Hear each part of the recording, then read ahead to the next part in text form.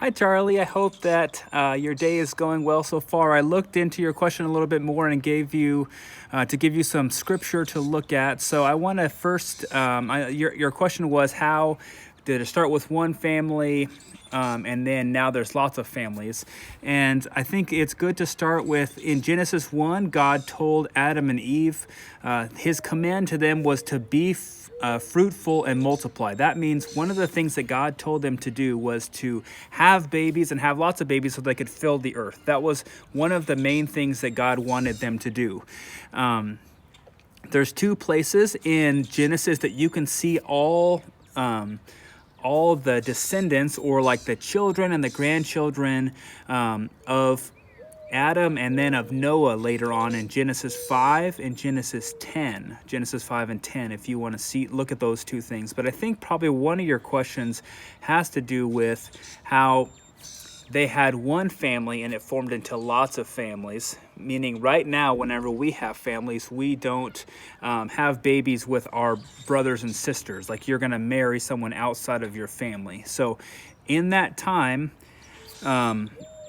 your dad can probably tell you more about this than I can also, but there was no genetic problems with having babies with your brother or sister.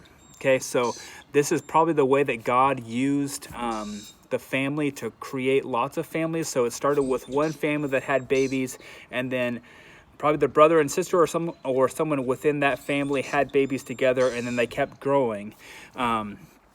So this is before sin had taken root into, you'd say, like into the gene code, into humanity. So that is a difference. Now, I mean, I think there is one thing to know, that that we see a change in language, which a lot of people would say there's a change of culture in the Bible that you can see in Genesis chapter 11.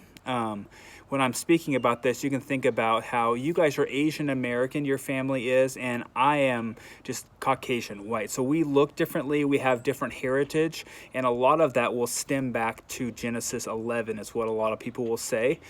This is when all the people were one type of people, and then they were trying to be like God. They built a tower as high as they could because they wanted to reach God, and then God actually came down and he confused their languages and made them all speak different languages and go to different parts of the world. So that's where we really see a lot of the going out and people being very separated.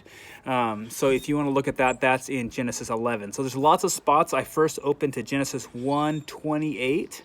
And then that's when God gives us the command to be fruitful, multiply. In Genesis 5 and 10, as you can see, all the grandparents and the grandchildren listed, Genesis 5 and Genesis 10, for lots of generations, lots of people. And then Genesis 11, 6 through 8 specifically, you can see where the language was confused. But that's outside of the genetic code being disrupted later on. So at the beginning, God did use the one family to have babies with each other, have babies with each other, have babies with each other, until they really filled the earth. Yeah, feel free to let me know if you have any other questions, but I hope that kind of answered it. If you have a follow-up question, I'll be around all day, so I can always help you with it later. So good to see you on the video, Charlie. Thank you for sending it to me, and I'll talk to you soon. Bye.